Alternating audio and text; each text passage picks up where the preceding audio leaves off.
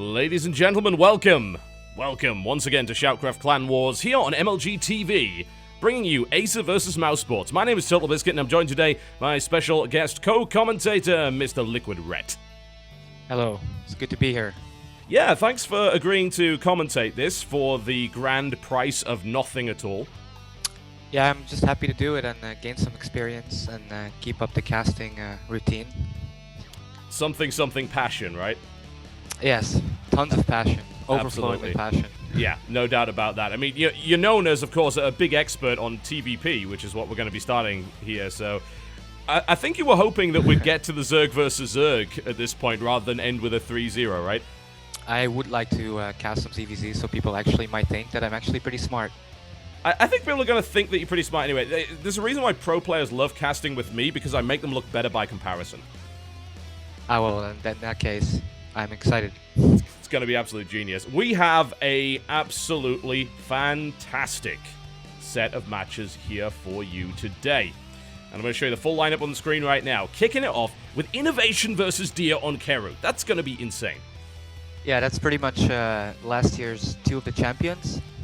Innovation kind of owned the first half of the year, and then Deer came up strong towards the later part of the year. So it's pretty sick match. Both of them are very top of the line players for their respective race. Certainly, that's very true. And Innovation got a little bit further than Deer did. Deer actually bombed out of IEM Cologne in fairly spectacular fashion. Very, very surprising for a lot of people. So hopefully his form's a little better today. Yeah, and he also didn't win Assembly in Finland before that. So ever since he joined Mouse, it seems like he's still looking for his former form and his former glory. But this will be another chance to make a statement against Innovation, who did lose against Hero in IEM Cologne. Rather fast, but before that he did very well against Protoss players, and I already had a chance to look at the map, and it doesn't look like Blink All-Ins are going to be that good here, so... Yeah, Keru's going to be an interesting one. It's less gimmicky, I think, than the rest of the maps in our pool. It's perhaps less obvious that it's very different to what we are seeing on the ladder, but I think it's a solid map for the starter. And then, of course, we'll be having a look at MMA versus Hazwobs, which is going to be on New Polaris Rhapsody, that being the map with the lava that has a tendency to burn everything it touches. So I don't really know how that one is going to go. Hazwobs did put on a strong performance last year in WCS. Is it good enough to beat MMA? Well, that remains to be seen. Hazwobs did beat MVP as well last year in WCS, and Hazwobs has always been a strong player, so I think that match really could go either way. I think you're right there, absolutely. And then we're going to move on to our 2v2, which is going to be madness. We actually have a double Zerg lineup from Acer, which shouldn't really surprise too many people knowing Acer's lineup. You got Nurtio and Paranoid, who are apparently a bit of a 2v2 team, so I've heard, versus Hero Marine and Vortex on Sacred Path. Yeah, I think Nurtio and Paranoid have been friends for a very long time, and they might even play 2v2 games just for fun, before there was a real reason to actually practice 2v2, so it'll be interesting to see what they can come up with, and whether they actually have a clue on how to play in 2v2. And then I feel like Hero Marine and Vortex is more of a last-minute fix, like, guys, which one of you wants to play the 2v2? And they were just like, yeah, me, pick me, and then they just put them together. I'm not sure they have a lot of experience. But Terran and Zerg potentially should be better than Zerg and Zerg, in my eyes, so maybe that will favor them. Yeah, they may play the American meta that we actually saw from Xenocider and Suppy, that being 10-pull Hellion.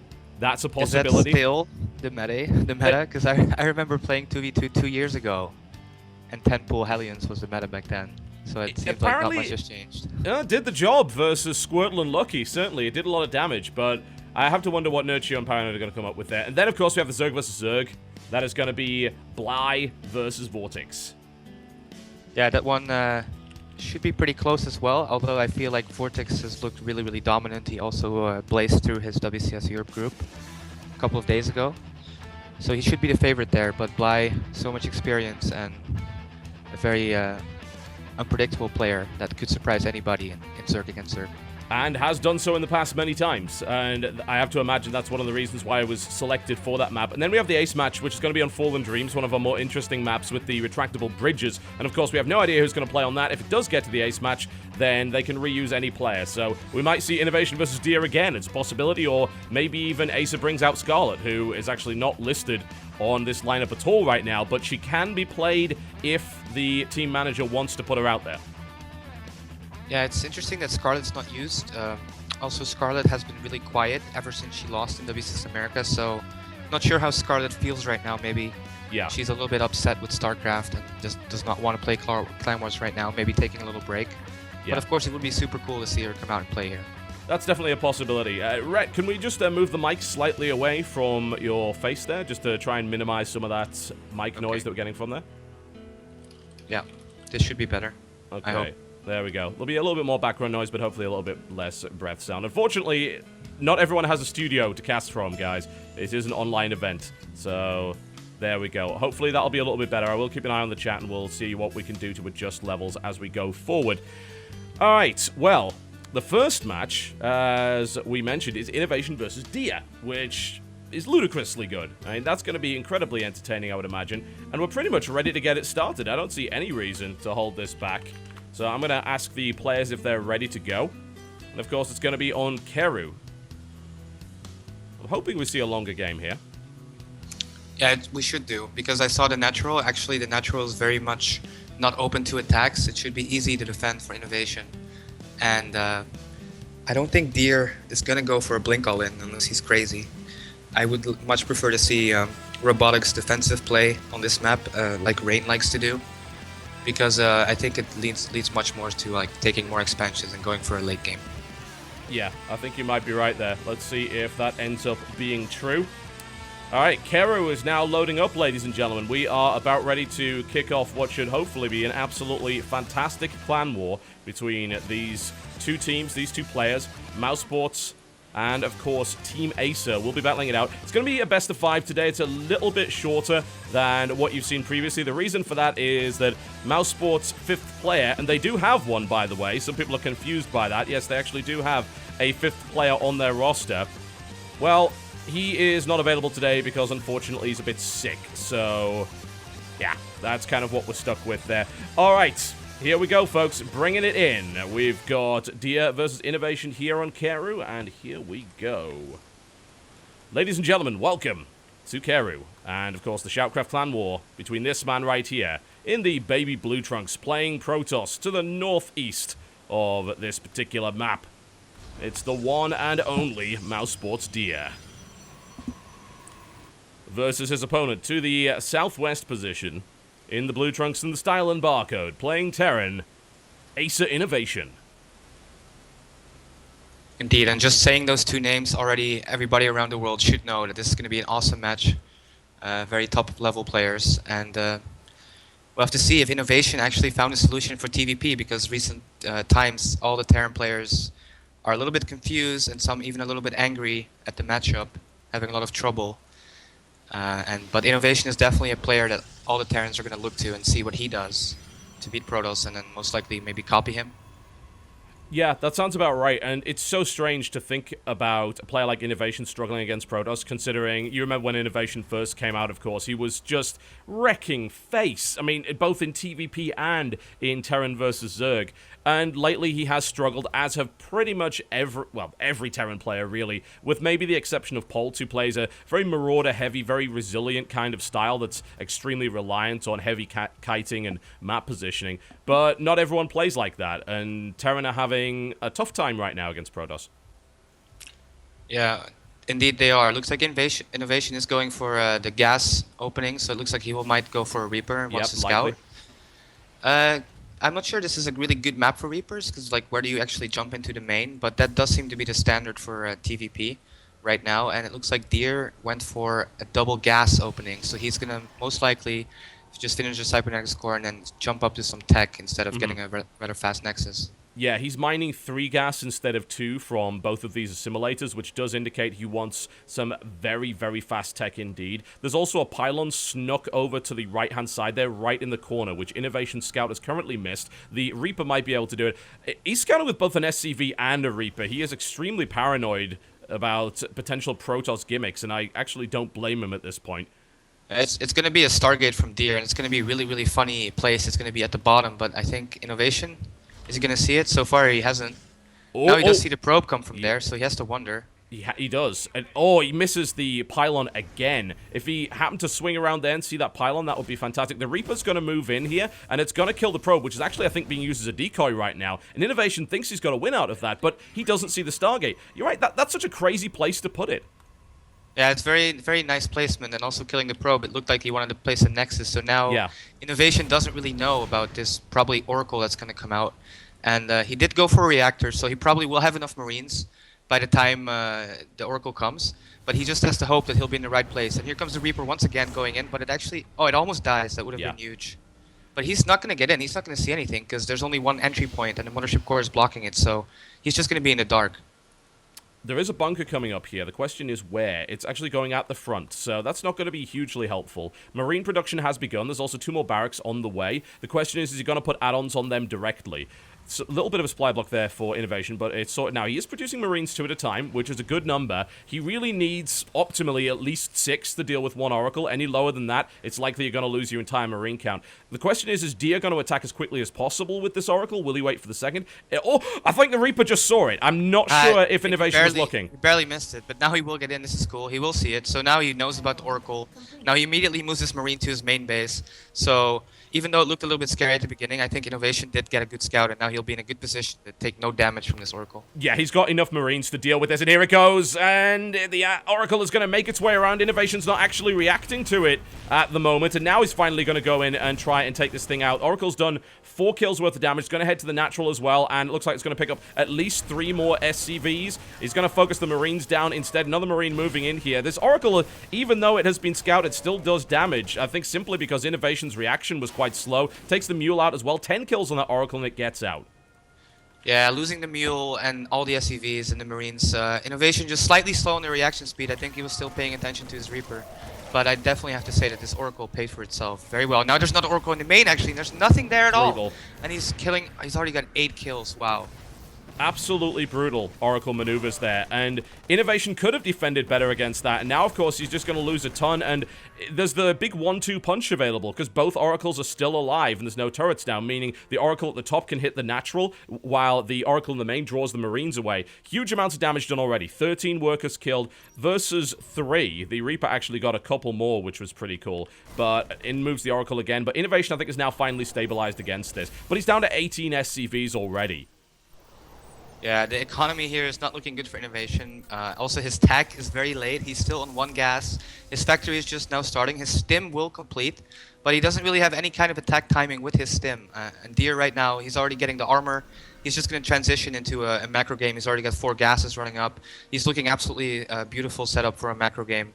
And the Innovation, still losing workers to these Oracles. And looks like he finally will take out one of them, but these have been such a pain for him. Absolutely. Oracles are really, really vicious. It's really unfortunate that he wasn't able to shut down that first one. That would have changed everything. With 2 Oracles alive, 1 positioned above the natural, 1 in the main, without a Viking to scare them away, it's really, really hard for Marines to chase them around, particularly without Stim. We're now actually going to see a Dark Shrine coming down from Dia here, so he's got all sorts of options. He's bringing in Charge as well, so it may be that he's attempting Charge Archon here. What do you think? Yeah, it looks like he's just going to go for... Oh, never mind. He's building both? He's just building all the tech right now. I can't remember the last time I saw a Protoss get a Templar Archives and a Dark Shrine at the same time. Usually it's either one. He will go up to 5 gates right now. And I think he's just going to do some Dark Templar harass and then, you know, get Storm. And then take a late 3rd base and just wait until his upgrades are that far ahead that he can attack and finish the game. Looks like he's already getting +2 armor, and Innovation hasn't even completed +1 weapons, so...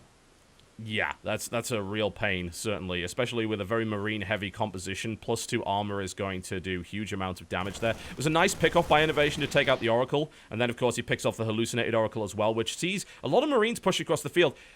I don't know about this push, especially with Charge on the way. He does not have medevac support yet. He may be able to boost a couple of medevacs over there, but they're still in the process of building. They'll take another 30 seconds, maybe 30 more to fly across. What's his game here with this pressure? He's going to force a Photon overcharge, and Deer has to respond. There we go, and now he has to pull back. It's actually really dangerous there with the force fields to get Marines stuck. But, you know, forcing the Photon overcharge is really all he's going to be able to do. And once he gets medevac... Actually, there's 3 DTs now running into the natural. There's no detection, and there's no scan available. No scan energy whatsoever. This is going to be devastating. I can't see any way to stop this from not doing huge damage. He had to play catch-up on his economy, so he drops as many mules as possible, and now he's going to lose his entire worker line. He does not have scan energy as of yet. If he gets that missile turret up, it's going to be a miracle, I think. So far, Dia's kind of run around trying to chase the army here. He has done almost critical economic damage in the main base there, so I don't think that even matters at this point. He's getting so many SCV once again, and the turret will actually finish, but the DT actually runs away out of range. Very nicely controlled.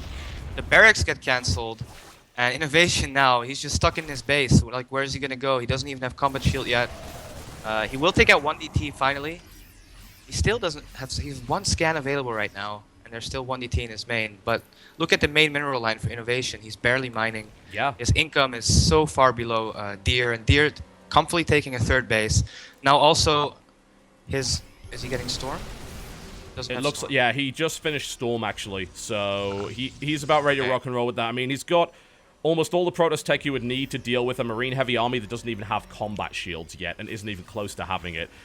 Innovation holding this is fairly unlikely, I've got to say. Yeah, it's going to be super tough. There's +2 armor, and there's 4 storms available. And Innovation, he just has marines, so and he's very much stuck in a very tight corner. So here comes the storms. Yep, storms coming down here. So far, the storms haven't done a huge... Oh, that was nasty. He gets caught in his mineral line with the force field there to block off retreat. The entire army's getting absolutely decimated here. Dia just ravages Innovation's army, and that's the GG very, very quickly there. Wow, what a brutal game for Innovation and Terrence to watch. I mean, yep. The Oracle, it started with the Oracle, and then it just kind of never stopped. So many SCV kills. And then the DTs doing so much work as well. Especially because Innovation, like you said, he had to catch up in economy. He was behind. He lost so many workers. Like, are you going to make turrets and then get behind if there's no DTs coming? Or, like, what was he supposed to do? It seemed so hard for him to deal with. Yeah, and the only way I see out of that is very much hindsight 2020. And that's the case of, you've got to shut down that first Oracle. He had enough Marines to do it, but he didn't see it coming into the base, and by the time he'd reacted to it, the Oracle had already picked off 5 or 6 workers and ended up getting 10 kills total, and that put him way behind. You've got to shut that down much faster than that. Unfortunately, he wasn't able to do it, and I've got to say Dia's positioning of the Stargate was particularly clever, because you don't expect to find it there. Yeah, very cool placement of the tech building, and actually we saw this as well in IEM Cologne with people putting it in that place, and it's just something that you see like 3 years into StarCraft or 4 years into StarCraft. People are still getting better at where to place their building and still getting smarter. And this is something that Terran players will have to scout for in the future. Yeah, no doubt about that. Ouch, that's gotta hurt. Well, we've got another TVP coming up, this time MMA versus Hazwobs on New Polaris Rhapsody. We're going to be bringing you that after these messages. You're watching SHOUTCraft Clan Wars, Acer versus Mousesports, with Mousesports leading 1-0 in this best of 5. Don't go anywhere.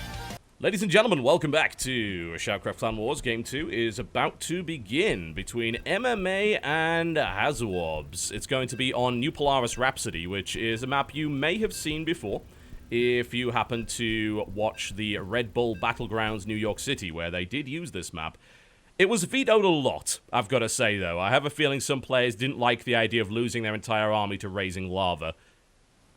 Yeah, how do you make timings based on lava raising or not being there? It's kind of difficult. It adds a lot to the game, but I'm not sure if it adds a lot to the game in a good way or a bad way. Yeah, it's difficult to say. The first time we saw this played in SHOUTCraft Clan Wars was actually JYP versus Trap, where both players went for a blink timing. And apparently that's okay, because your blink stalkers move so fast and they can blink up to the high ground. There's very little risk of losing it, although you do have to build your pylon a little bit closer than you might expect, because otherwise the pylon can actually die, which is not good. Buildings also die to lava, huh? Oh yes, you might want to watch out for that. Here we go, folks. Game 2 is now beginning between this man down to the southeast position. In the red trunks, playing Terran, it's Acer MMA versus his opponent to the northwest position. In the blue trunks, playing Protoss. His team currently up 1 game in this best of 5 Clan Wars series. It's Mousesports Hazwobs. Yeah, and once again, we get to see a Terran hero, MMA, a champion of the past. play a TVP, and we'll have to see if he can fare better than his teammate Innovation. I kind of feel like Innovation didn't research the map too much last game because he played he played 3 barracks, which is kind of an anti-blink build that Bolt was using a lot in IEM, and it does fairly well against blink, but he just did not deal well at all with the Oracle, and that cost him the game. I feel like also if you look at this map, it's not really a map where it seems like there's a lot of space for Protoss to blink into the main base. So if MMA realizes that, he could change up his build a little bit, but it seems like he will also start with a Reaper and just wants to get as much scouting information as possible. Yeah, I don't really blame him for going for the Reaper, honestly. It is the best scouting option for Terran early game, and you can even do a little bit of harassment with it. And against Protoss, it almost seems like a given that you will build a Reaper, and you will use it to make sure that no proxy nonsense goes on, and to try and keep the Protoss player honest, at least until the Stalkers come out. Yeah, there's just so many things that Protoss can throw at you. It can be a Stargate, it can be as silly as a Robo, Immortal all-in, it can be Blink all-in, it can be a super fast third Nexus, and all of those things you kind of need to see them coming if you want to have the best response to them, so that's why the Terrans are always going for Reaper nowadays. But I feel like, once again, this map, I mean, the Reaper can get in on the ramp, but after that, I don't think the area next to the natural ramp, I think that's too high to jump up, so it's going to be hard for MMA to get in and get a good scout. Yeah, and this map is not friendly to Blink or to Reapers. Any kind of cliff-walking unit can run into problems here. There are some very heavy cliffs, and honestly, it lacks the sort of cliff face surrounding that you would expect. MMA's going for an engineering block here, which is not something, one, you usually see against Protoss, and two, you see all that much these days anymore. Yeah, look at Hasselhoff's probe. He's actually going to proxy a pylon, and it looks like he will probably want to go for a proxy Stargate here.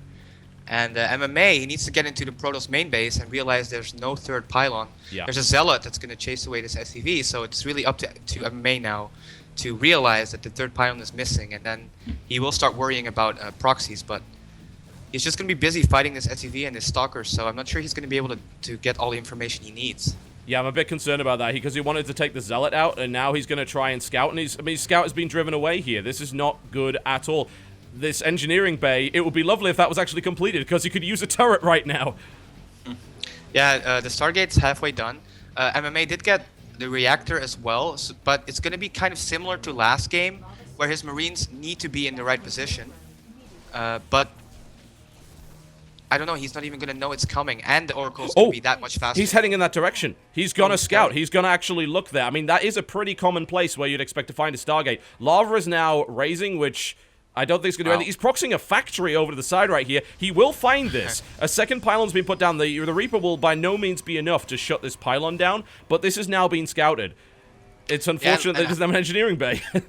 Hasselhoff is not actually using the Stargate, so maybe he wants to give up on the idea. So he has 2 pylons in the Stargate there, but he's not using it. So this is actually turning into a very, very strange game, also with that factory being proxied. This has got to be for a Widow Mine, surely. Yeah, I think he's going to lift into the main base and then make Widow Mines. And there's not going to be a Robo. No. There's just going to be an Oracle for detection, but that's going to be all the way on the other side of the map. And the Marines are already in position now in the main base. And I think this is looking quite a good position for MMA. What, MMA's proxying a starport as well. This is very interesting indeed. As I said, I thought that he would lift as well, because honestly, if you look at the size of the main base, there's a huge amount of space down to the bottom that you could very easily float a building into, and it would be very difficult to actually find. But he's not doing that. He's going to build a Widow Mine, maybe even a second one, and actually then drop into the main base, I'd imagine. Here comes that Oracle, and MMA with the much quicker reactions, but he is slightly out of position, so he will certainly lose a few SCVs. Not perhaps as many as Innovation did in the previous game, but still, that Oracle's going to take 6. Yeah, still a pretty good result considering the Stargate got scouted so early. MMA will actually get a medevac, so it looks like he's just going to go for a 4 Widow Mine drop. And Hasselhoff leaves his Oracle outside of the MMA natural, and he's not going to have any detection in his main. So I fear the worst for him. It's going to take... He's getting a Robo now, which is pretty good.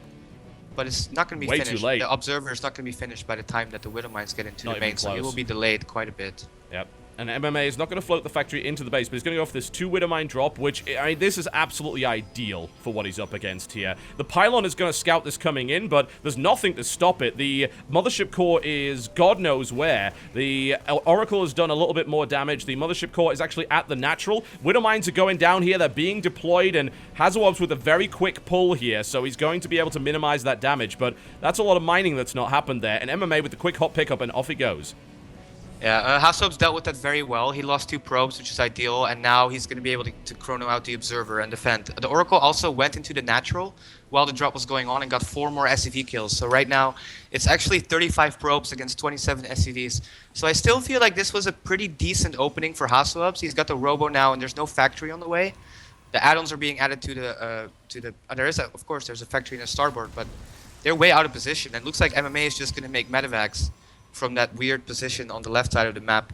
If Hasselhoff knew about that, that would be a huge problem, but he'll probably be able to get out like at least 4 medevacs without a problem. Yeah, it is a little bit of a risk to even just go scouting out on the map, especially when the lava's about to raise, so he's got to watch out there. Hasselhoff's now repositioning his Oracle to do more damage. What I will say for MMA in this game, while he has taken SCV damage, he was able to, with the engineering bay, kind of delay the Nexus going down a little bit, and at least do a little bit of economic harass of his own. Admittedly, it's only killed 3 probes, because Hazawobs has been completely on point with pulling those probes exactly when he needs to, and there's the Photon Overcharge used to eliminate that Widowmine. So that harassment is now done for the moment. We're going to see a 3rd command center coming down here from MMA. Turrets put down to try and shut down the Oracle threat, which is still very much present here. Yeah, and things are looking like this might actually go into a macro game. I feel like they're both pretty even. Hasselhoff does have another Oracle, and he will try to dodge into the natural. He will get a Marine kill, and then no SCV kills whatsoever. Almost loses that Oracle, actually. Yep. And here comes the lava. Better get out of the middle. Yeah, no one is in the middle outside of that lone Oracle, which is just hanging around, so that's nothing to really worry about there. Lava is now gone for the next 5 minutes. So if you're looking for a ground push, now's the time, and MMA immediately moves out as soon as the lava is dealt with. However, the Observer's going to see this coming. There are medevacs being joined in here. Actually, a fairly significant number of them, in fact, to push forward. There is a Colossus on the way, though. That said, Hazawob's army right now, without that Colossus, is tiny. Yeah, he's going to have to rely on Photon Overcharge. This Colossus will finish by the time MMA comes in. I think Hasselhoff is in a decent position to defend, but he can't go out here. He has to go back immediately. And he does have cannons in his main as well, so I think he's going to be fine, but... Ooh, lovely bait, actually, from MMA, taking the force field nice and easy, just press that, and then goes for a 3... He's going to go for Doomdraw, of course. Hazawob's kind of position, not really knowing where his opponent is. The Marines are now coming down. Combat Shield is about to kick in, so this timing is actually kind of fantastic. Stim is done now as well, and MMA is going to get out. He doesn't really accomplish a huge amount yet. Yeah, that one Colossus really saving Hasselhoff's there. It's a good thing he did go for Colossus. Looks like he's actually favoring the Blink Colossus style. So I'm curious to see if he wants to go 2-base all-in with this, which is pretty common, or if he wants to play a 3rd base. Which Rain likes to play. And MMA looks like he's content floating over his 3rd command center, and he's now up to 2 engineering base, 5 barracks. So his production is going to really get out of control here pretty soon. Yeah, and MMA has succeeded in pinning the Protoss opponent to his base for the last 12 minutes, outside of that little push out and that one Oracle. So his economy's in good shape. He's got those 3 bases, as you pointed out, and he avoided just dying as a result of that harassment. So at this point, Hazawobs will take the 3rd base, and they're just going to say, alright, okay, I'm just going to have to start to build up an army. Hazawob's not known as an aggressive player.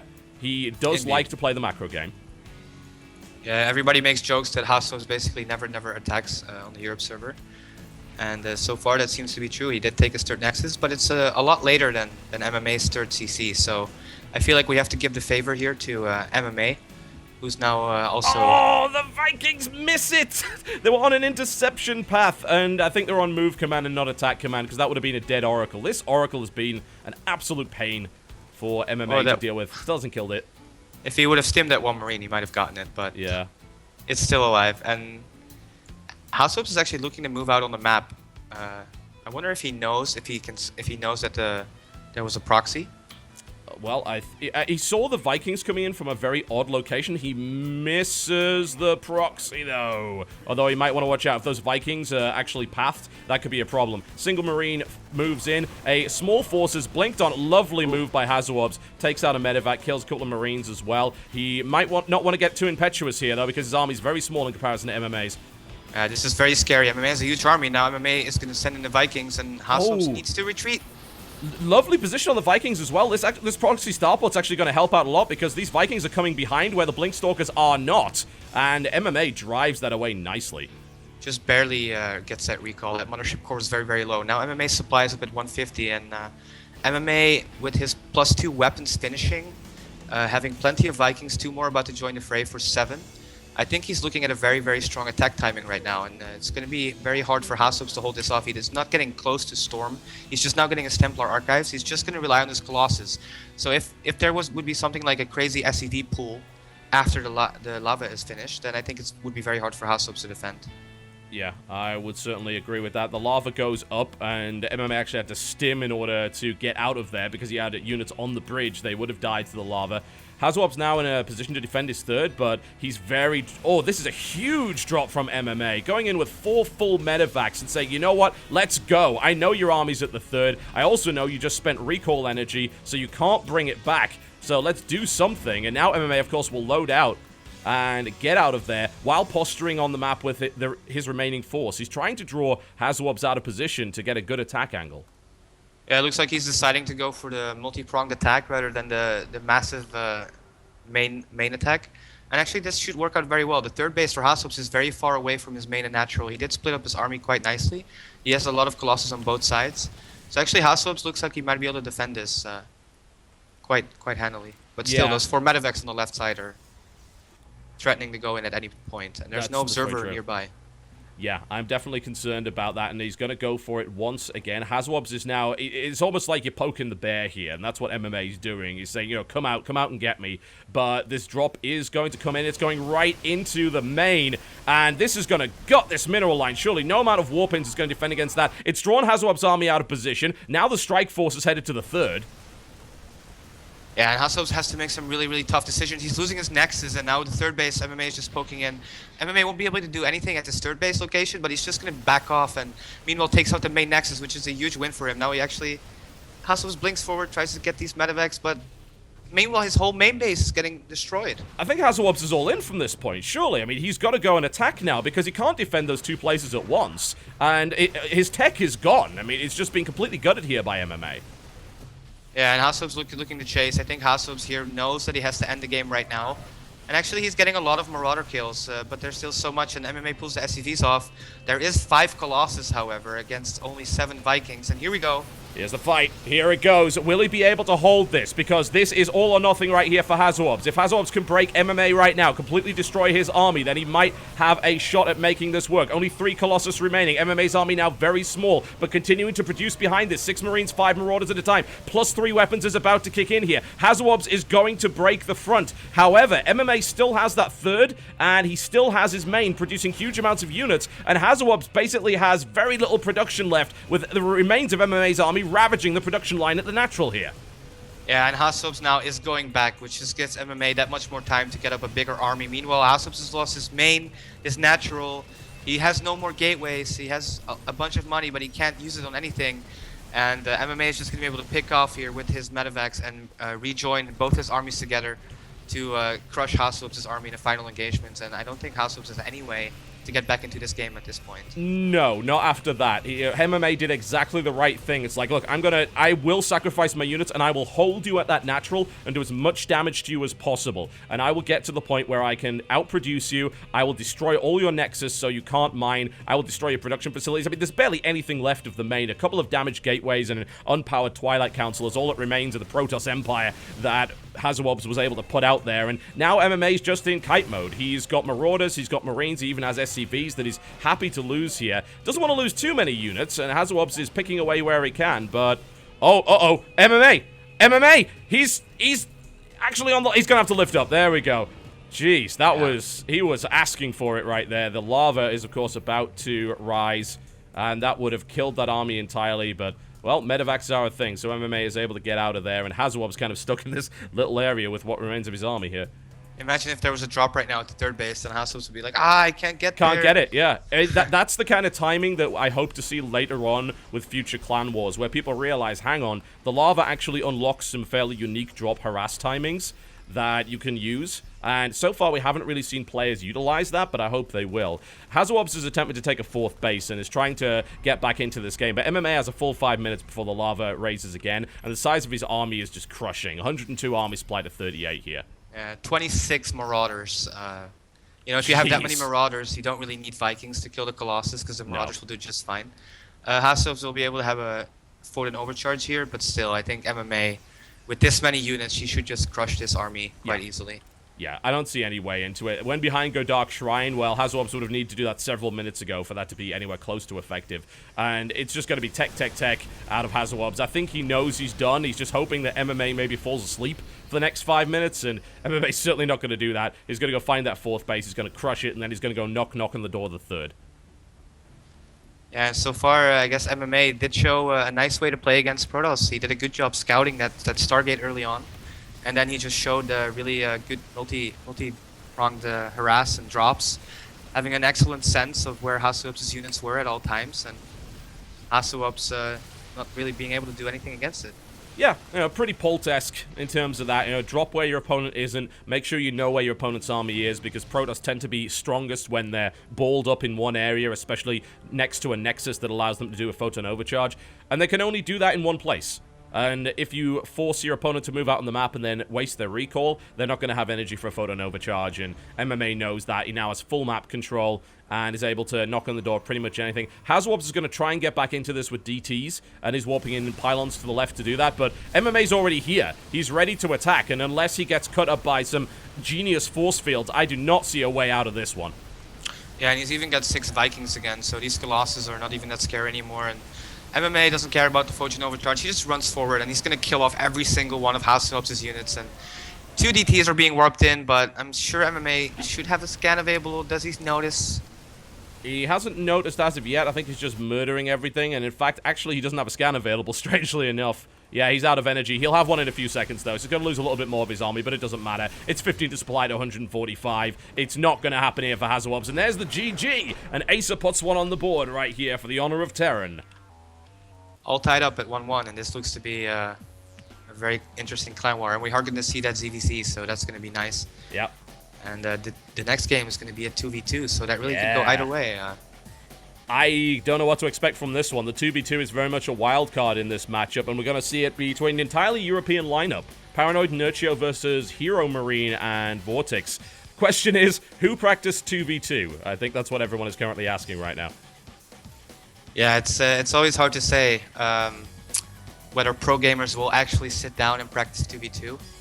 I remember when there was a 2v2 in the Team Liquid Clan War like 3 years ago.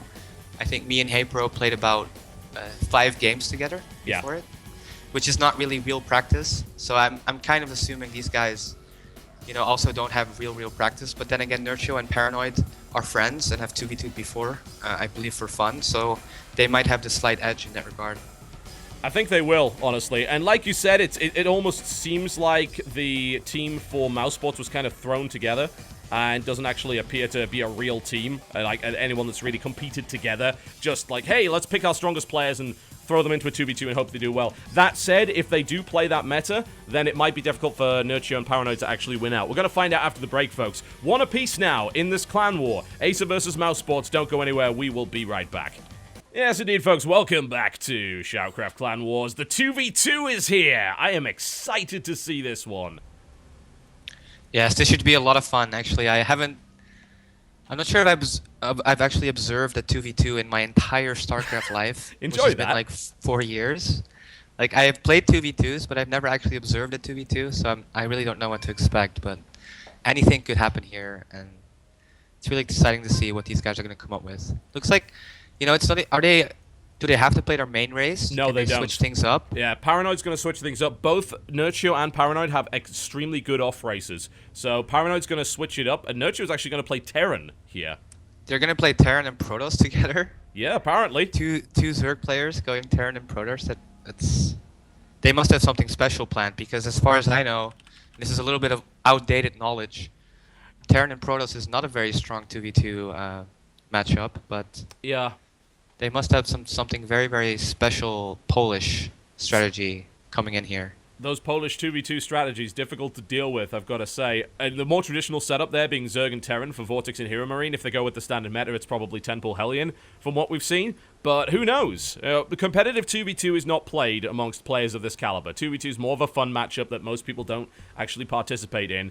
It used to be, well, of course, Rhett remembers, back in Brood War, that used to be a part of Pro League, right? Yeah, it used to be a big thing a few years ago. People, like the worst 1v1 players, would actually be put in the 2v2 spot and practice that almost exclusively. But I don't know about Terran and Protoss, because the problem is that if you don't have a Zerg, like Protoss can't really move out against Zerglings because they'll just have a wall in and a Zealot. And Terran the same way, so they have to play defensively if they play Terran and Protoss. And if Vortex and Hero Marine realize this, they can just both expand and possibly take a huge lead. But you know, these guys probably don't know too much about 2v2 either, so it could just be a huge mess here. Yeah, it's a really interesting map, and of course we'll show you the focus of it. It is not your standard 2v2 map at all. So let's find out how this is going to go. Here we go, folks. I've had to change my interface over, of course, because Game Heart's interface is designed for 1v1 only, although the mod works fine, as you can see. So it's my pleasure to bring you quite literally Team Acer this time around. It's so rare that we get to actually say that. This is a legitimate team game. In the red trunks, playing Terran, we have Nurchio and his teammate Paranoid playing Protoss for some reason to the west there. And their opponents from Team Mousesports in the yellow trunks playing Zerg, it's Vortex on his main race. And, of course, Mousesports Hero Marine in the blue trunks playing Terran. Yeah, and is it meant to be that they are on opposite side of the maps, or is this totally random? Oh, okay, no. so that's kind of cool. It does look like on this map they are pretty far away from each other, and it's going to be really, really difficult for them to help each other. So maybe that's why Nurchio and Paranoid decided to play Terran and Protoss, because they're like, well, we can't really help each other anyways, so we're just going to play very defensively and defend 1 against 2 most of the game. So far, it doesn't look like there's any cheese going on. Looks like both Terrans here actually going for the refinery first, which means they will go into Hellions most likely. Yeah. Yeah, I think so. Now, while, of course, they start to build things up, let's have a look at the features of this map. This is inspired by a Brood War map called Iron Curtain. And if you notice, the whole thing is walled off by a gigantic wall of rocks. However, there is one path, hence the name Sacred Path, through the middle, which has collapsible rock towers. So early on, you can actually shut off any potential aggression by collapsing those rock towers. But aside from that, keeping an eye on this middle position is hugely important. And it actually gives Zerg players a nice little edge, because they're able to hover an Overlord over there and keep an eye on the one attack path. Yeah, and this is actually really interesting. This map, I have no idea how it's going to play out. Like, neither side is going for too much aggression. Vortex is getting a spawning pool and gas. Do you think that either of these teams are going to try to break down these rocks very fast? I don't know if they know about the rock towers. The thing about the breakable rocks is that early game, you can knock the rock towers on because they're quite low HP, but you can't knock down the main rocks without a significant commitment, because they're very high hit points, they're high armor, they're difficult to remove. What if the game goes longer than that, then you start to knock the rocks down, and you open up a bunch of different attack paths, which I have to imagine will happen if this game does drag on. Yeah, it looks like so far both Terran players indeed going for the Hellions. Yep. Nurchio adding a second gas, so maybe he'll go for Hellion Banshee. And Paranoid, you know, he's not really known for his Protoss strategic genius. But so far, he seems to be playing pretty standard, getting a Stalker and a Zealot. And looks like Hero Marine not getting a second gas, so he probably look to expand a little bit quicker. And the Vortex for now just getting a bunch of Zerglings and an expansion, so none of that 10-pool Hellion metagame in this game. Yeah, I mean, that's very much the American meta. When we were talking to Suppy after his victory in EG versus IM, which is not something I think you'll hear a lot of people say. It's like, oh yes, the victory, EG 4-1 IM. Like, what? But it did happen, and apparently Suppy and Xenocide have practiced the American 2v2 meta with top 2v2 players all week, which is why they went for 10-pool Hellion. I don't know what the European meta is for 2v2. I don't think many people do. I think that the American server is pretty much the only server where 2v2 is taken somewhat seriously. Uh-huh. I don't think on the Europe server there's too much 2v2 teams being played. So actually, I would have to give the edge to the American teams in the 2v2. Yeah. So far, though, it looks like there's a lot of Zerglings for Vortex. So there's going to be a bit of Zergling Hellion pressure. And for now, Paranoid only has 1 sentry. So I don't know how he's going to expect to defend against this. Nurture will have to come with his 4 Hellions. But still, this is looking really, really scary for Paranoid. Yep, the Hellions are on the way here, and they will help. But the question is, can Paranoid keep the Zerglings out of his base until that happens? And a force field goes down, a couple of Lings get brought in. The Hellion reinforcements are coming around here for Nurture to try and back this up. Hero Marine and Vortex desperately trying to break the front of the Protoss player, but the reinforcing Hellions are coming from the back. And an excellent shot there by Nurture. Can he get another one? Reinforcements coming in as well. He's going to eliminate all of the Lings and do significant damage to the Hellions here as well. And Paranoid, for the moment, is holding this. Yeah, and Nurture really showing off his excellent Hellion micro. It's almost Indeed. like and there he's actually going to lose a lot of them. And more and more Hellions streaming in from Hero Marine. And actually Hero Marine's getting a Banshee. And there's pretty much no anti-air whatsoever for Nurture. He did go for 2 factory Hellions. But surprisingly enough, Paranoid did hold this off. And now he's getting up to 3 gateways and a Stargate. Nice play by Paranoid. I gotta give him credit for that. Not only does he hold it, but of course he says to Nurture, hey, you know, bring me reinforcements, and he was able to do so. Bring the Hellions around the back and do significant damage. Now Hero Marine and Vortex are trying to hold the center here. Of course, a very important thing to do. Collapsing those rock towers is very possible. They only have 500 hit points. In fact, it could even happen accidentally through splash damage. So that's something to keep an eye on here. But Hero Marine wants that area held down, and Nurture is happy to let him do that for the time being. Blue Flame is now done, and of course we have Banshees on the way for Hero Marine. Alright, well, now we have a game on our hands. Yeah, it looks like the Banshee will go to Nurture's base, who has an engineering bay, but no anti-air whatsoever. So if he does not make a turret right now, he's going to be in a huge amount of trouble. And Paranoid's actually getting an Oracle, so he will be able to provide vision. But still, Nurture has nothing to shoot up whatsoever, so he's just going to lose all his SCVs here, I'm afraid. Yeah, this is going to get pretty brutal. Nurture's going to have to pull his SCVs. He may even have to try and move his mining base out to his natural here. That's certainly a possibility. Turret's going up, but of course, Hero Marine is not going to let that happen without significant losses. There is a Marine from Nurture, which is not quite going to be enough. Eventually, this turret's going to go up, but so much economy damage is going to be done. Nurture looking to try and attack here. Oh, that's a nice little move, actually. Using the Mothership Core to provide vision for Nurture is going to help him a little bit here, knowing what's on the side, and he actually makes his way through the center of the Sacred Path and is trying to do damage here. There are roaches out in the field now for Vortex, though, throwing this back. There's actually an Oracle also in Hero Marine's base that's got 5 kills, but that's not going to be enough, I'm afraid. Nurture did get up his turret somehow, which shouldn't have happened. Sacrificed a lot of SCVs to make that happen. He basically crowded all of his SCVs around it. Now there is roaches on the way, though, to Nurture's base, and all he's got is... He doesn't even have Hellions left, does he? 9 of them, but they're gonna not do anything against these roaches. Yep, knock, knock, knock on the door coming in here. That's a lot of pressure from Hero Marine and Vortex. We're gonna have to see Paranoid bring something out, but he doesn't have anything. I mean, what has Paranoid got? He's got 9 Stalkers and 2 Oracles. He brings the Oracles in to try and kill the Hellions off, which will be very effective. So are the... one has to ask, are these Hellions now enough to kill the roaches? Not yet, I think. There's also still another Banshee there, so this is so many roaches from Vortex. He's got 9 of them in Nurture's base, and Nurture no longer has any money.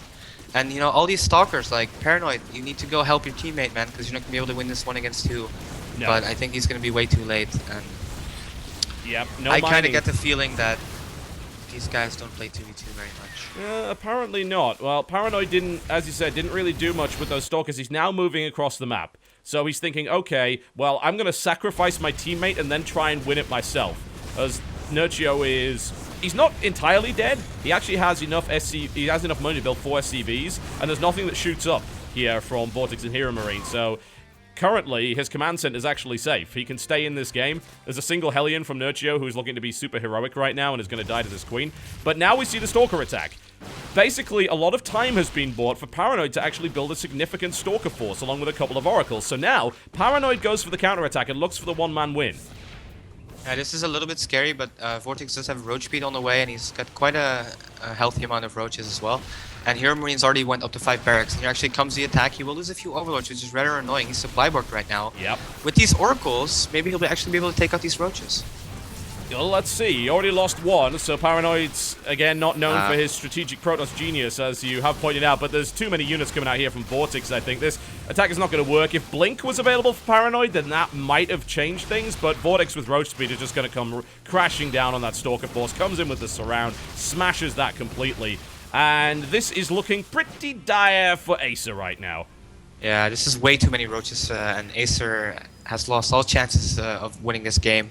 Hero Marine with a massive Marine Marauder Medivac army now looking to kill Paranoid, and that's GG. It is that indeed. Was 2v2. What did you think about that? Yeah.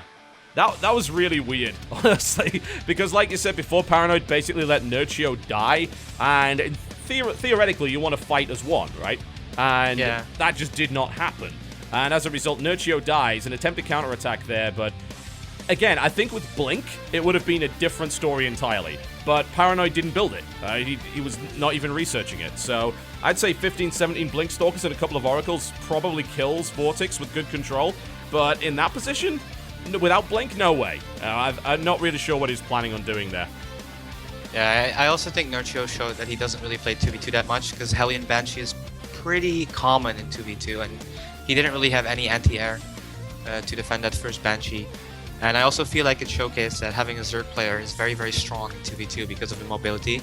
Like as a Zerg, you're with Speedlings, you're in a much better position to help your ally than as a Protoss with Stalkers and Zealots, or a Terran with just Marines or Hellions. So yeah, I think for future Clan Wars, we should see more Zerg based teams. Certainly on that map, anyway. If we decide to change things up and throw a different 2v2 map in there, we might see a bit of a different meta. But we're obviously giving the game time to develop the meta, and this tournament to develop its own meta game. I would expect all the Zerg players, particularly on Sacred Path. You saw how important it was to hold the center area because it pretty much gives you information of what's coming. With Overlords, you can do that very easily. What I would like to see in future events is someone just saying, you know what, we're going to collapse these rocks. We have no intention of letting you through here. Because those rock towers only have 500 hit points. You can take them out quite quickly. Yeah, that would have been nice to see, and I think it's just hard for players to really practice a lot on such a short notice, but in the future Clan Wars, we'll hopefully see some very 2v2 oriented strategies. Because I think there's a lot of possibilities, but it's just, in that game it kind of felt like they didn't really know what they were doing yet. Yeah, I think that's going to be the way, at least for the first few weeks of Clan Wars, where people figure out these different maps and the different formats that we have. Speaking of a different map, next up, we've got Wrecking Ball. It's going to be Vortex versus Bly. Will Mousesports be able to close it out here? Or will we see Acer force the ace match? We'll find out after this break, folks. This is SHOUTCraft Clan Wars, brought to you by MLG TV. Don't go anywhere. Ladies and gentlemen, welcome back to SHOUTCraft Clan Wars, and of course, we do have for you the next matchup, Bly versus Vortex, coming to you as soon as Bly's figured out how to use Battle.net. Yes, Bly seems to have a little bit of trouble joining the game. Yeah. Luckily for him, he's probably better at playing Starcraft than he is at joining games. Apparently, he's downloading the map really slowly. That's why. He's on 66%. I would have thought that he'd have better internet over there. But apparently the map is like 60 megabytes. Yeah. And he's from Ukraine, so... Does that mean he has to pedal to get his internet? Well, normally they're pretty good, but I don't know. There's so many riots going on that... That's actually true, yeah. God knows what could be going on over there. Let's just hope he makes it into this game so we can actually get going and watch some awesome ZVZ action, because both of these players are rather good at ZVZ, and it's definitely going to be a very good match. I would certainly tend to agree with that. Bly's at 85% now, but yeah, you're right. Ukraine usually has pretty good internet, but considering the events that have been going on over there lately, it's actually surprising that anyone still has internet at this point. Yeah, we're lucky that he can actually even come out and play this game, because there could be people burning his house or something like that. But jeez, yeah, it's been ridiculous over there lately. I'm hoping that everyone is okay, and I believe the president is now in exile, or at least on the run. So Lord knows, it's absolutely crazy. I believe the EU actually stepped in, right? And if they haven't, they're going to have to do that pretty soon. The problem is, like, and we're talking politics now on the show, the reason they're not stepping in is because Russia really doesn't want them to, and Russia has a vested interest in the Ukraine right now, and they've actually lent them a bunch of money to try and secure that interest. So, it's not good. It is not good at all over there. I'm hoping that things do get resolved and that we don't have any further bloodshed, because people died during that. It's almost, horrible. I think, over 100 people. Yeah. Died. Well, that's bloody depressing, isn't it? Never mind. Bloody and depressing. Yeah, that's why it's topical, but that's why we don't talk about politics on the internet. It's really a very bad idea. But Bly is in the game, and he's going to be taking it to Vortex here in a Zerg versus Zerg. Question is, can Bly force the Ace match from this position? Ace is currently down 2-1, and Vortex looking to close it out here. And I've heard rumors that, we could see a very powerful player out in the Ace match for Acer. So, yeah. I have no idea where this is going to go, but... There's so many of them. There's MMA, there's Innovation, and Scarlet, so what do you know that we don't know? Oh, I know many things, Rhett. I know many things. I'll have to keep it secret for the time being, of course, but it could be very exciting if it gets to that point. But here we go. Zerg versus Zerg on Wrecking Ball. Bly versus Vortex. Bly the last man standing at the moment to try and prevent a 3-1 from Mousesports. Can he force it to a 2-2 and force the Ace match? This we will find out very shortly as we're loading into this. Hopefully Bly will load a little quicker than he downloaded the map. His computer seems to be up to standards. So I think we're going to be fine getting into this game. Yep. He is running into a super strong Zerg player, possibly the best European Zerg player of this moment in Vortex. So he's got a heavy task in front of him. That he does. And I realized I forgot to switch my interface back. So you'll have to deal with the default interface, guys. I am very sorry about that. However, here we go. To the north position here on Wrecking Ball in the Yellow Trunks, playing Zerg. It's the one and only Mousesports Vortex. Versus his opponent to the south position, the last man standing for Team Acer in the Red Trunks, playing Zerg. It's Acer Bly.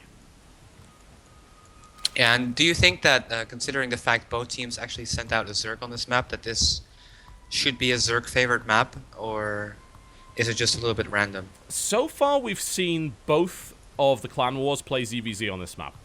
So, they may know something that I don't. I believe that there is... I think that Zerg kind of like it, because to the left and the right of the main base, respectively, you probably can't see them yet, but there are 6 neutral missile turrets. And any attempt to drop from that angle or harass via the sky will be pretty much instantly shut down. Really? Yeah. Pretty brutal. You can't see them yet. It's just the way that the map is set up. Until they're scouted, you will not be able to see them on the observer thing. I believe there's something we can change in the code that will fix that, but for the moment, you're going to have to just trust me that they're there. If you go to the right of Bly's base, you'll notice there are 6 square platforms. Each of those has a neutral missile turret on it. And so it's kind of like, hey guys, just go ahead and go swarm host, because you're not going to be able to be harassed anyways, so... Yeah, I think so. Maybe that's why both sides like playing Zerg. Zerg on this map. Yeah, it's definitely possible. We saw a fairly defensive style from Bjol during the EG versus Iron match, but unfortunately it was defeated by the Overlord Magnet, which was able to bring the Queens out of position, then 56 Speedlings rushed in and ended the game. But yeah, we could see that. What I might be interested to see is whether or not we actually see Terran on this map, because there are actually neutral add-ons. You can probably see them on the map here. There's a neutral reactor and a neutral tech lab, which, if I recall correctly, can actually be used by Terran players. So I don't know whether or not we'll see a Terran attempt that in a future Clan War, but it would be kind of cool if they did. It's kind of crazy and interesting as well. So far in this game, it looks like Bly did go for 15 hatch and a very quick geyser, so he's probably got the slight edge in this game. But Vortex went for a 15 pool, a little bit more of a safe approach, and will get his gas as well. So he's also going to be able to go Speedlings, just a little bit slower than Bly, but he will not give up full map control to Bly. So for now, Bly got a little bit better of the build, and Bly is a player who loves to go 2-base Mutalisk, so we'll have to see if that's what he's going to go for here. Or perhaps he wants to use his slight gas advantage for a very early Baneling attack, which is also possible. I would expect to see maybe a Baneling attack. The problem with going Mutalisk on this map does come in those turrets, because you only have limited ways out of the base. You can't, if, say, Bly attacked the base of Vortex in the main, wanted to get out to the left, he can't do that safely. He'll lose almost all of his Mutalisks trying to do it. So he has more limited options, and the airspace around can be, you know, it's not that great. If you look to the top of the map, the airspace is very limited, but there are some pretty significant gaps between the bases that you could exploit. So that's kind of intriguing. Yeah, and Mutalisks also still gives you a ton of map control, which allows you to true. take a faster base, so you don't necessarily have to go in. But Bly did make 4 Zerglings, which is rather unusual. Vortex will be able to defend against this. And both players so far just getting that Baneling Nest, and I don't think Vortex is really open to any kind of timings here. So hopefully, looks like both players will probably just transition into a lot of drones and then possibly a lair without doing any kind of early attacks. Vortex does send out a Ling here to scout a little bit. He knows that those 4 Lings could be morphed into Banelings, which is very scary. And now actually 10 Zerglings on the way for Bly and a second gas. And he's already up to 200 gas, and he's not getting a lair, so it looks like he wants to do a big Baneling all in here. Yeah. We're actually seeing this play out fairly similar to the way that Suppy versus Bjol did, where you have the aggressor on the south side of the map and then the defender who actually goes for roaches. But Vortex does have Banelings this time around, which is something that Bjol did not have. And Bjol relied on a wall-off, which he then opened for some reason. So that really screwed him over there. But I think Vortex is going to have a much better time defending against this than Bjol did. Yeah, but there's already 4 Banelings right now at Vortex Natural, and Vortex will have to micro this very, very well. 2 of the Banelings blow up, and 2 more get into the mineral line. Wow.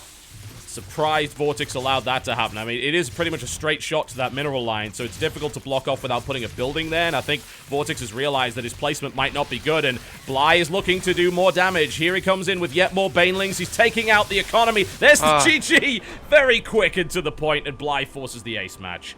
Wow. And Vortex just kind of rolls over and dies there, doesn't put up too much of a fight. Kind of surprised to see him go for that Roach Warren. It kind of looked like he wanted to go for a Roach Baneling attack himself. But because of that, he was left rather open to that swell of Zerglings of Bly. And Bly showing off his trademark style to go for a lot of early attacks. And Yep. it proves he almost ended that faster than it took him to actually join the lobby. So I think he actually did. That was ridiculously fast. And now we have an ace match coming out. It's 2-2, which is really exciting. So what we have given is the teams 5 minutes to choose their race, and then if we're looking at different servers, we're going to have to coin flip to find out which server it's going to be played on. So we'll see who chooses who. Acer, will they bring Scarlet out? They can. Scarlet hasn't been played in this match yet, or will they decide to bring out one of their Korean players? And who does Mousesports pick from this position? I mean, you'd think, assuming that Deer's awake and ready to go, that they'd bring Deer out again. yeah, I think Deer is by far Mouse's ace player, so I would be super surprised to not see Deer. And you know, whoever, I think maybe Scarlet could be a good choice against Deer, because probably the Terrence, Innovation, and MMA probably don't feel that comfortable playing TVP against Deer, especially how badly Innovation got owned in game number 1. So it definitely could be Scarlet here, and that would be super exciting. Yeah, certainly. We're going to take a quick break, and when we come back, we will bring you the ace match between these two teams. Who will be able to just edge it out 3-2? Find out after the break. You're watching Clan Wars, ladies and gentlemen. Don't go anywhere.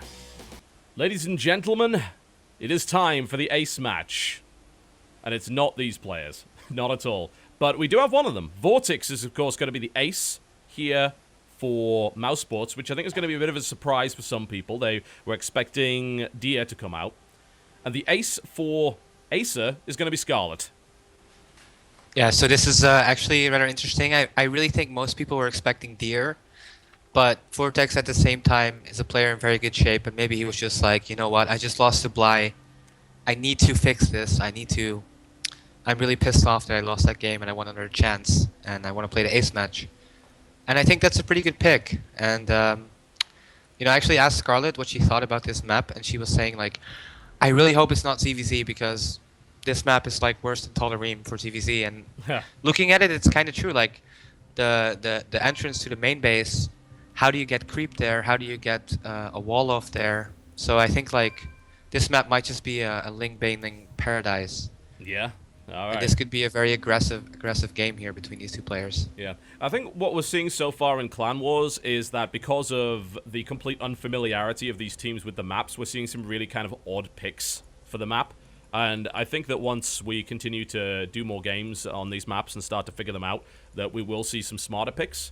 But until that point, it almost reminds me of GSL Season 1, where it's just a case of, well, we have no idea what we're doing, so I guess 4-gate rush, that's pretty good, right? Let's do that. Yeah, when players don't really feel comfortable in something, they usually revert back to those tried and tested strategies. Yeah. Most of the time, they will be very aggressive. I feel like this map, you know, we might even see some 14 gas, 14 pool, 1 base Link Bane, because that's what used to be the case on Tal'Darim, which is like the only comparable map where you just can't really get a wall in time Yeah. in CVZ. But we'll have to see what they want to bring. These guys both like, or this guy and this girl both like 2-base Muta a lot, so if they don't want to kill each other early, we'll probably see a lot of Muta play. You might be right. Let's find out, folks. This is the ace match. Here we are on Fallen Dreams. To the southwest position in the Style and Pink Drunks playing Zerg, it is Acer Scarlet versus her opponent to the northeast position in the Yellow Trunks playing Zerg also, Mousesports Vortex. And I just have to say again, it's super exciting to see Scarlet play. I'm very happy that she's not too down on the game after her loss in WCS America. And apparently she felt comfortable you know, carrying her team to victory in this clan war. And what's with these bridges? I have to say I don't really know the map. Like, what does it mean? What does it do? Alright, so bridges retract every 45 seconds and extend every 45 seconds. If you are on the bridge when it retracts, your entire army falls into the river and dies.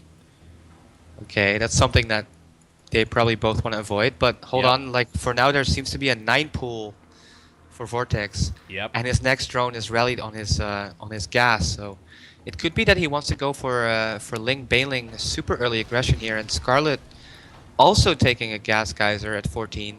So it looks like Scarlet wants to go for a 14 pool, and I have to say the way these builders are panning out, Scarlet is looking to take a huge advantage. That's certainly true, and I have to wonder what the timing is here for Vortex, because we know that these bridges, they're actually pretty important. There is a way around the map. You can avoid the bridges, but it's a really long way around the map. So we have seen players, in fact, during Huck versus Ruin, Huck was able to sneak around there and not go along these bridges, but if you decide to take the more direct path and you don't time it properly, your push can be hugely delayed by this.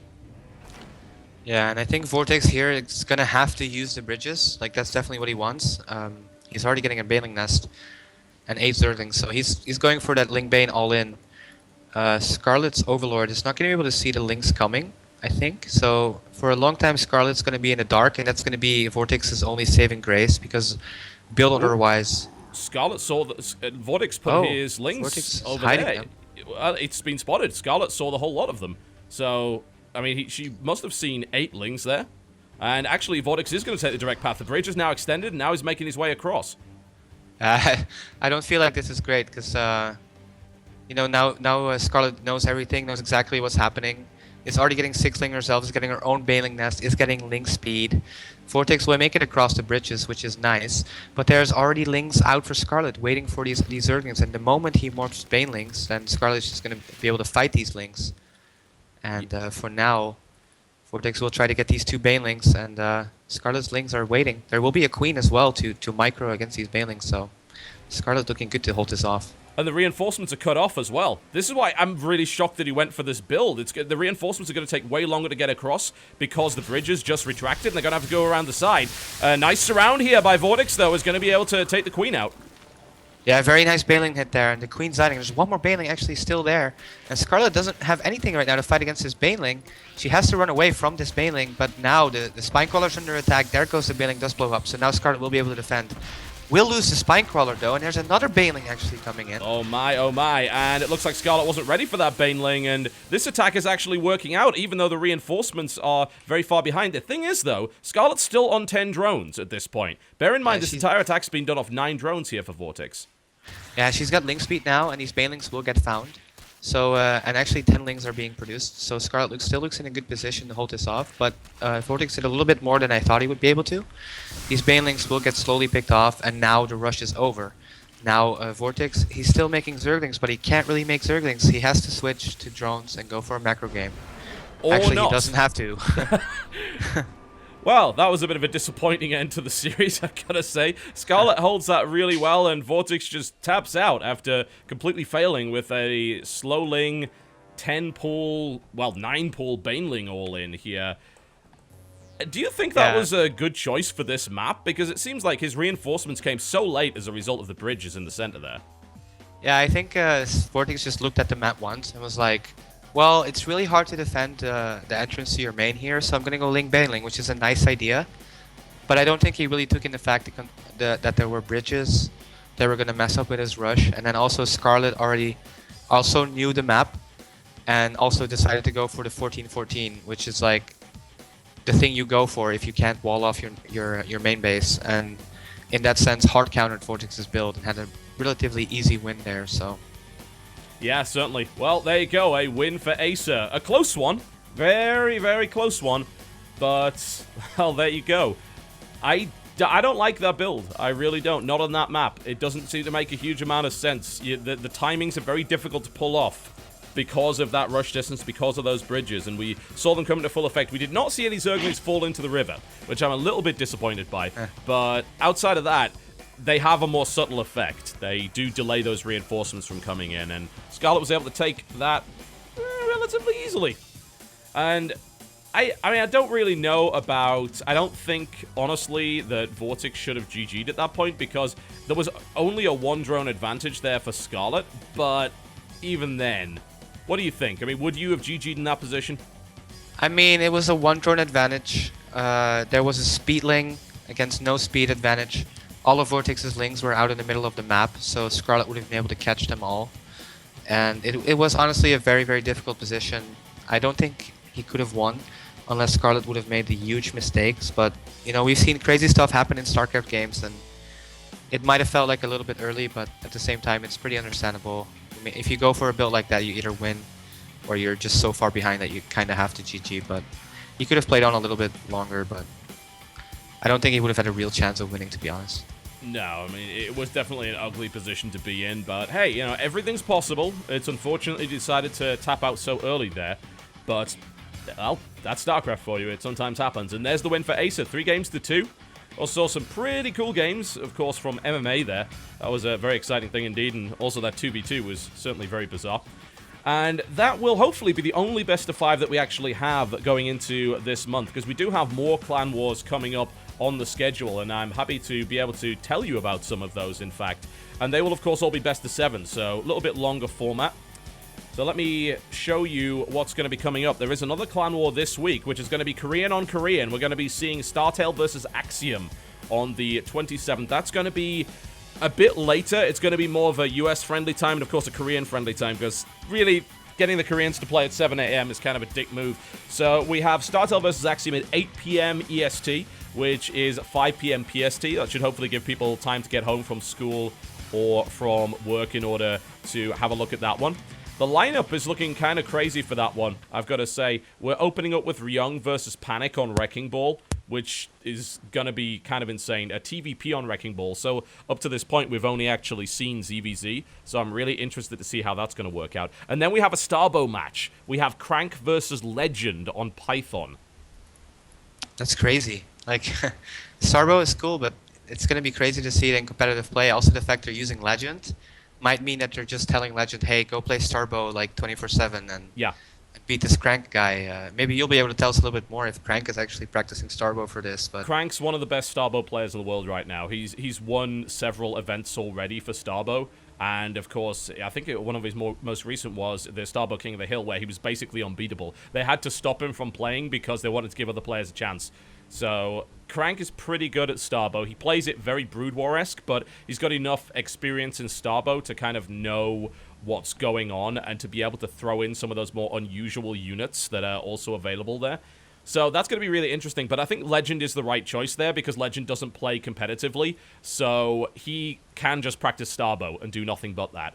Then we've got Pet versus Alicia, which is going to be I think that's a PvP, isn't it? Yeah, on Keru. PvZ, I think. A PvZ, sorry, yes. That's going to be on Keru, which we have seen already. A little bit of a disappointing match on Keru, but I think the ZVP might be quite intriguing. Then we've got Heart versus Hack, a TVT on Neopolaris Rhapsody. TVT on that map could be really interesting, especially if they decide to go tanks, because you don't really want a static, slow army on a map where lava could destroy it. Yeah, it seems like mech would be a lot harder to play on that because you're gonna have to unsiege if the lava comes up. So I think both players would be more likely to play bio there. I think so. Then our 2v2 also on Sacred Path is going to be Alicia and Heart versus Hacked Life. So yeah. Once again, a Terran and Protoss team, which is kind of like, hey, we don't really have any mobility. Yeah. Maybe they will actually use the rocks in the middle to slow any attacks down and give them more of a defensive position. But I still am kind of skeptical about Terran and Protoss in 2v2. I feel like you really need a Zerg, but we'll see what happens there. We certainly will. Map 6 is going to be Fallen Dreams, Impact versus Curious, so that's going to be Zerg versus Zerg. And then our ace match will be on New Pompeii, and of course we don't know who's going to be playing that one.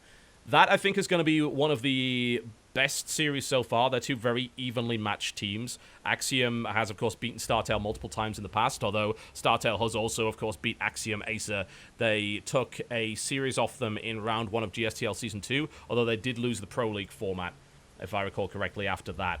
So I believe Axiom does have the edge against StarTale, statistically, but who knows? That was GSTL, that was a long time ago, and this is very unusual. So bit of Korean action. It's going to be good. And then after that, we do have more. We actually, on the 1st of March, we are going to be playing a match between My Insanity and Clan Who. And Clan Who are the conglomerate clan from Australia and New Zealand, from multiple teams, because none of the Australian teams were big enough to play Clan Wars. So they got a team together of multiple Australian teams going up against My Insanity.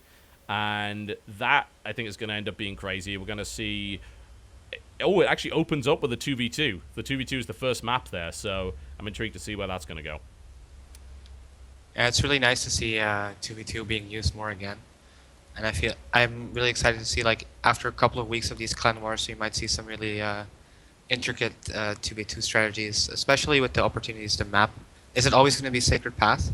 For the moment, yes. We will rotate it out when we feel that kind of the map's sort of run its course. But so far, I don't think any of the players really kind of understand that map, and they have not used those collapsible rock towers to their advantage. So when they do that, which you'll find shuts down a lot of rush play, I think that we'll see some more interesting games going on with Sacred Path. But, you know, we can swap it out. We've got a lot of different maps available, but for the moment, we're going to keep the map pool as it is.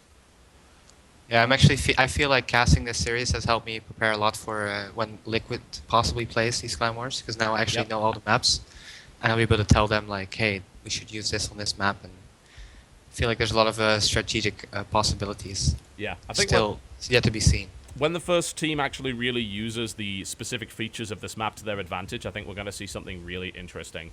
I would love to see Ryung, for instance, use some of the neutral add-ons on Wrecking Ball. Something along those lines to come up with some really interesting rush or anything like that. Don't know if that's going to happen, but hey, you know, it's a new set of maps. We have no idea what's going to go on, and hopefully things will develop over the next couple of weeks. We're looking to have 10 Clan Wars in March, so that's kind of plenty of time for people to start to figure the maps out, and then we'll see whether or not we're going to rotate the map pool. But there you go, folks. A 3-2 victory for Team Acer in this Clan War, with Scarlet closing it out against perhaps a fairly unwise build from Vortex on that particular map there. And she did that on the EU server as well, so you know, a little bit of a lag disadvantage. Not a huge one, but a bit of a lag disadvantage for Scarlet, and she managed to pull it off anyway. So congratulations to Team Acer that take their first victory in SHOUTCraft Clan Wars. We'll be seeing an awful lot more of them in the future, no doubt. And big thanks to you, Rhett, for coming to co-cast this event with me. Yeah, no problem at all. I enjoyed it a lot. Alright folks, thank you very much for watching. If you missed anything from SHOUTCraft Clan Wars, one, it will be rebroadcast multiple times on mlg.tv/shoutcraft, and the VODs for the event will be going up hopefully tomorrow over at youtube.com/TotalBiscuit. So again, congratulations to Acer and commiserations to Mousesports, who are not quite able to pull it out in that series. And we will be seeing both of those teams again fairly soon here on SHOUTCraft Clan Wars. Thank you to you for watching, folks. We'll see you next time.